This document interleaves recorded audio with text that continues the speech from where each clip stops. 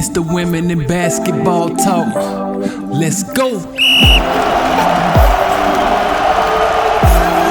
Shot calling, the shots falling. My crossover leaves the ops crawling. The fans are in awe cause my handles are awesome. If you don't think I'm ballin', then hand me the ball then. Her story will make history. Watch the long shot hit the three, guaranteed victory. You might wanna stick with me, headed for the goal. If you roll, set a pick for me. It's the women in basketball talk. Tune in, all facts, no cap. We could talk about stats. It's the women in basketball talk. Let's talk about it. Let's talk about it, yeah.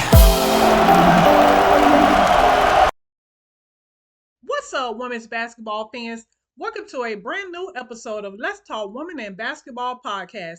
I'm your host, Jennifer Porty, and today we have an electrifying lineup just for you.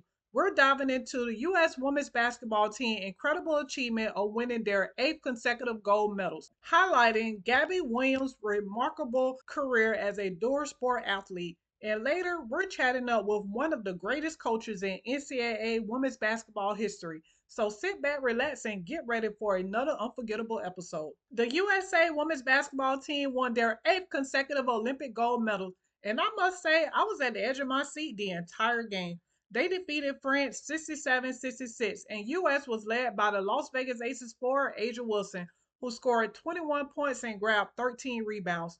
France gave US a run for their goal by giving them one of the toughest challenges in over 3 decades. The game was a roller coaster ride in a world of emotions, with 11 lead changes and 6 ties.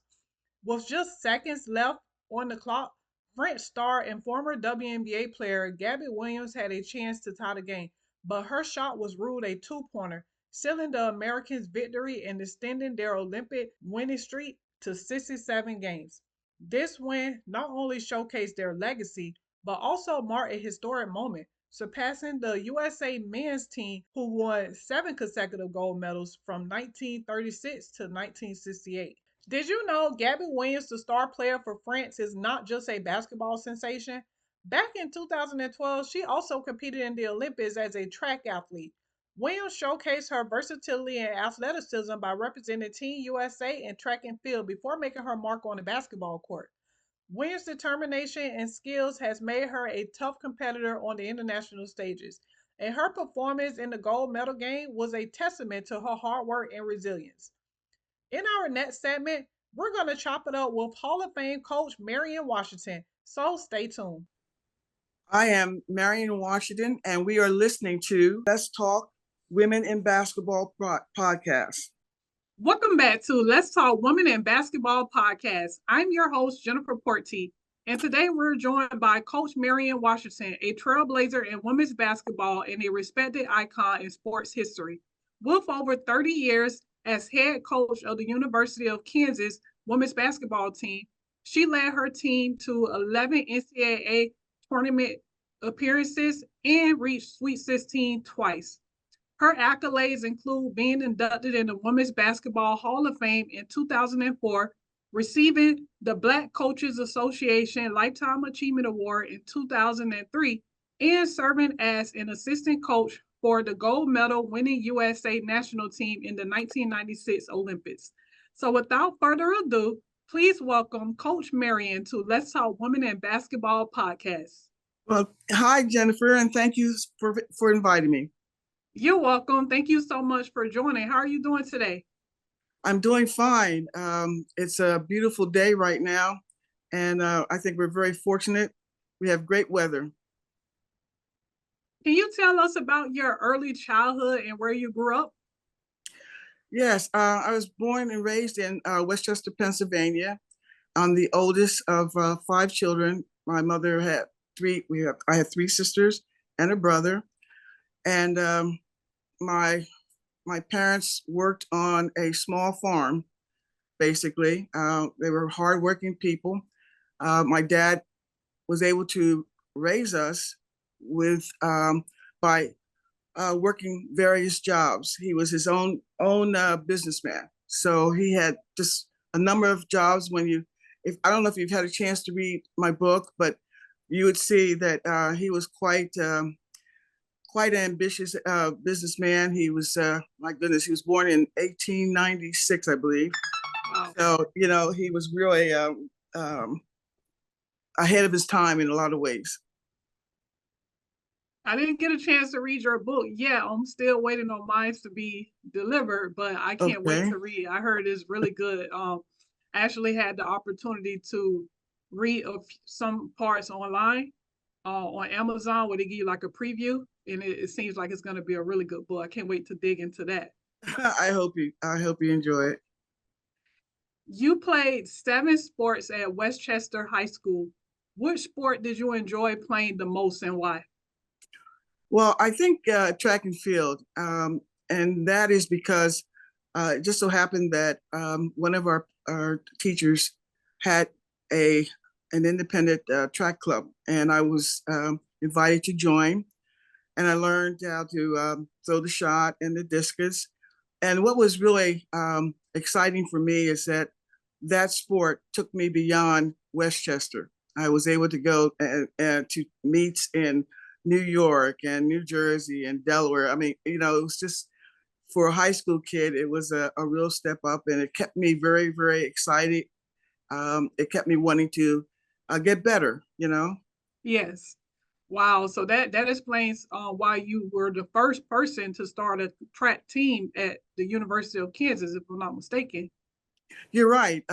When I started working there as athletic director, I realized that we had a number of sports, but we didn't have track and field. And our men's track program, by the way, Jennifer, has been hailed as one of the most successful track Wow. men's program in the country. And I was thinking, well, we have men's track here, so we need to have women's track. And so didn't have a coach. So I decided to coach that first year. And after that, we've just been so fortunate. I'm not sure if you are aware that our head track coach is involved. I think he's on a member of the track staff, Yeah, Olympic for track, the Olympics. Yes. Coach Redwine. And we were all very proud of that. Wow. How did you first get introduced to basketball? And do you remember your first game or moments that made you fall in love with the game of basketball? Well, it was in middle school, actually. And I tell the story in my book about how that came about. But when I found myself going to college, basketball was like the number one sport on campus. I went to Cheney State for a year and a half, and then I transferred to Westchester State. And at Westchester, our coach was Carol Ekman. I don't know if you know much about her history, but Carol Ekman was the woman who decided that college women should be competing against college women. So I was a part of a great history in that we were the first national invitational tournament that was offered to college women, and our team happened to win that first championship. Wow. Talk my head up. I think that the other reason that kept me really involved with basketball was Alberta Lee Cox, another standout mentor, and she was the coach of many national teams, U.S. national teams that I happened to be a part of. Wow. During your early years, did your family support your pursuit in athletics? They did, but understand today, you have parents that are able to travel with their children, and you have fathers out there that are supporting, and it's such a wonderful thing to see. My parents were hardworking parents, and so they didn't get a chance to, to join me. I think my mother saw one event, and my father also saw one, but they never discouraged me. My father was ahead of his time in that respect. He believed that girls and women could do whatever they decided they wanted to do. So the fact that I was able to find myself doing more in athletics, it was just a plus. And the fact that my parents did not discourage me was also really important. Yes, definitely. What challenges did you face as a young African American girl in sports during this time, and how did you overcome them? Um, I think that it was mostly when I was really aspiring to be a standout discus thrower or shot putter. I was looking for coaches. I was looking for um, books that would teach me how to be a better athlete. So in track and field, unfortunately, the field event coaches were far and in between. We just didn't have many that really understood the events. And also at that time, there was only one U.S. discus thrower that would go to the Olympics, only one U.S. shot putter that would go. So, just the fact that I wasn't able to find a coach that could help me was a drawback as a young Black woman. Wow. And how did you overcome that challenge? Um, it's about not giving up. It's about believing in yourself. And I had, you'll see in my book, I had enough successes that kept me motivated, kept me wanting to, continue to try to find ways to get better. Yes. And one of your successes, you were the first African American to achieve many milestones in women's basketball. What milestone are you most proud of and why? At the University of Kansas or just Yeah, overall? overall, because you have a Well, lot of.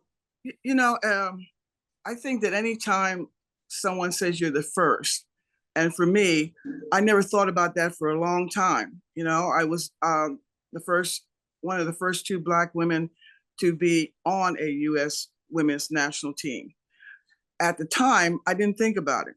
I was there to compete. I had the distinct opportunity to be a representative, and it wasn't until actually years later. But that definitely was one of the milestones. And then, of course, being a part of the first national championship team, that was really important in terms of the growth of our sport.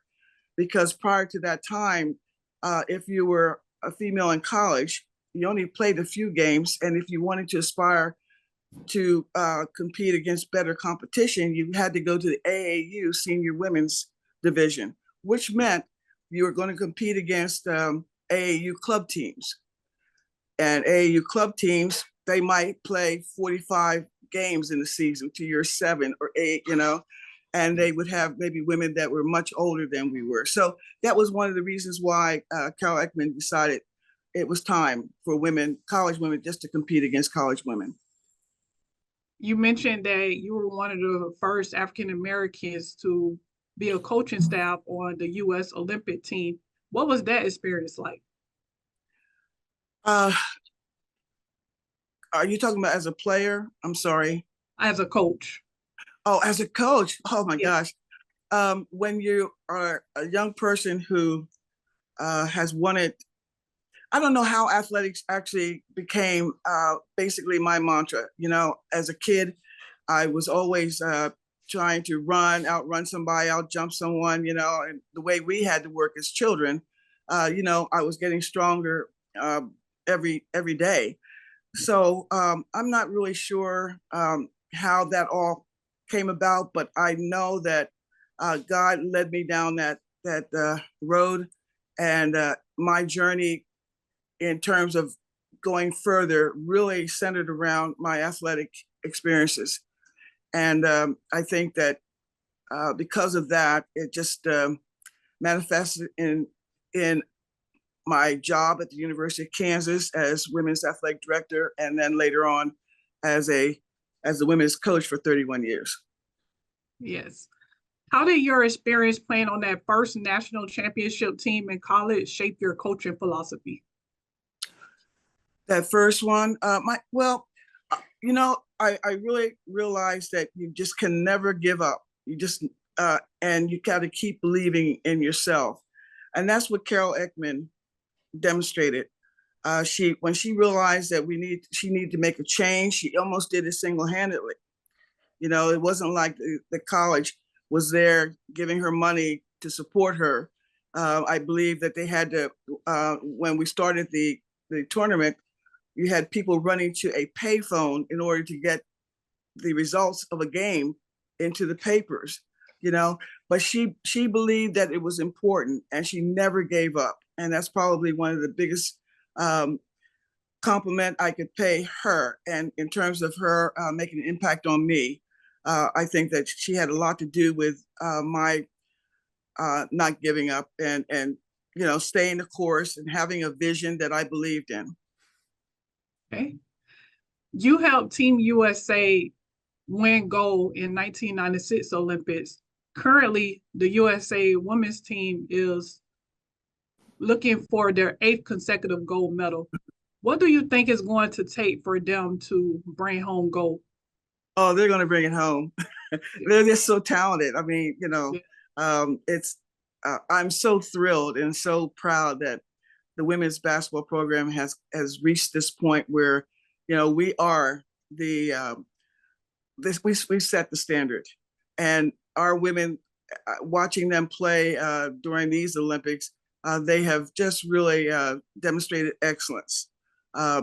Any young person watching that team, they will see teamwork. They will see women who really worked hard to develop their skills, you know. And in '96, Tara Vanderbilt, who is now the all-time winning coach in our sport, she took a whole year off to try to bring about a change because we had lost the Olympics, prior Olympics. And so she took a whole year off to help develop the national women's team so we would be ready for the Olympics. And when we won that, it was, I mean, it was major. And the fact that they have continued and will win the gold these last games I'm just proud to be a part of it. Yes. Now let's talk about your book. You have a book that's out now called Fierce, My Fight for Nothing Less. What inspired you to write this book? Well, I'm now a great grandmother. Wow, so, congratulations. Well, thank you. So it's, you know, I had people asking me many moons ago, you know, Coach Marian, why don't you write, you know, a book? And, you know, I thought, oh, no, you know, that wasn't something that was like way out there. You know, I had other things that I was thinking about doing. And, but once I retired, honestly, I realized how important it was for me to document my legacy and to make sure, and I say document because, you know, over time, things can change. And I realized that there were individuals that were trying to change actually my history, what I was able to accomplish at the University of Kansas. And I wanted to make sure that no one was writing my story, that I was going to write it for myself. And so that's what I did. And it wasn't easy. I've always been a private person, but it was important to, you know, to tell it the way it went. And hopefully, like I said, I hope you'll find it interesting anyway. Yes. Can you give us a preview of some key stories that the readers can expect from your book? Well, I can just tell you that it's going to go from the time I was born and raised on a small farm. You're talking about working parents and how I went, you know, from living in, I will say, a bus, and then going from there to my journey to the Midwest, and then eventually ending up at the University of Kansas, becoming an athletic director there and coaching for that many years. I had the good fortune of coaching a number of really great young talent, and I had 4 Kodak All-American, Adrian Mitchell, Lynette Woodard, of course you know of her, and Tamika Dixon, you might know that name, played for the Sparks, and also Angie Aycock, who a lot of people aren't aware of, but she was a Kodak All-American as well. So had those young women not played for me, I think I would have definitely struggled. But because they decided to play for this Black coach, it really kept my program being successful. And so, you know, they're going to hear some stories about how it was prior to 1972. When I got the job, Title IX just became law. And so you had campuses that were just trying to decide whether that law was going to remain or it was going to go away, at the blink of an eye. And so there was struggles between the men and women, and I try to share some of those things that happened. So I think that I think that there's something there for African Americans that want to kind of track what has happened to some of us as coaches. But I also think that I worked hard to really emphasize that there is a history in women's basketball that we need to be proud of, but we need to know what that history is. When I listen to some of the commentary, I think it's great because we got some great athletes out there, and we have young people that have really made this game exciting. The exposure is there, so the fan base now has grown, but there were people that was there before them, and they're the shoulders that we're all standing on. And I think that it's important for our young women to understand their history, to appreciate their history, and really be proud of it and promote it in any way they can. I have a saying, keep the past in our present. We need to do that. I don't know about you, but when I watch sometimes commercials that the NBA might put on, they bring out footage from their archives. You got the Bob Cousy, and I don't even know if you know that name, but Bob Cousy was one of those athletes, plays for Boston, and he was known for his one-hand push shot. But I mean, of him because the NBA has kept that alive. That person alive, yes. And I think that we need to do that too. I think so as well. Yes, definitely. That's why I like bringing former WNBA players on as well as former coaches on. I got the opportunity to interview two of your former players, Tamika Dixon and Lynette Wooder, and they had a lot of nice things to say about you. Well, thank you. Yes, I think they definitely should keep it alive because a lot of the young people don't know about our history in women's basketball. No, they don't. And I also mention that, even our people who are in the media, our women that are in the media, they need to know their history because they don't. I heard toward the end of the NCAA tournament, more about the past, but we got the fan base now. We have people that are interested and excited about our sport. So we need to educate them in any way we can. Most definitely. Looking back on your journey from player to coach to author, what advice would you give young women aspiring to make their mark in basketball today? I always try to take them down that path. What happens to them when they're after ninth grade? Ninth grade and on, they're recruitable. They need to understand how important it is for them to just really be dedicated to developing whatever skills they have. Their education is always number one. For me, it was always number one. And the NCAA has a minimum GPA. They have to be ready for that. It doesn't matter how talented you are if you can't demonstrate that you will be successful on college level. And then attitude, their willingness to work with coaches and their willingness to be a part of a team. And that team, TEAM, means it's really important, and we don't always understand it, but it's very unselfish when you're a part. You have to be unselfish when you're a part of a team because it's not always the role that you want to play, but there is a role to play. And if you can appreciate that and help bring everyone together, you're going to have some great experiences. So, I would just encourage young people to know what it will take in order to be recruited. And then certainly once they get into college, think beyond the sport of basketball. Think about, I have doctors, lawyers, I have, a lot of young people that have decided that they would work with young kids at a grassroots level. I have people in the medical field. So I'm really proud of that. A lot of my young women that came from very challenging homes, they have doctorate degrees now. Yeah, that's something for all of us to be proud of. Yes. What legacy do you hope to leave behind?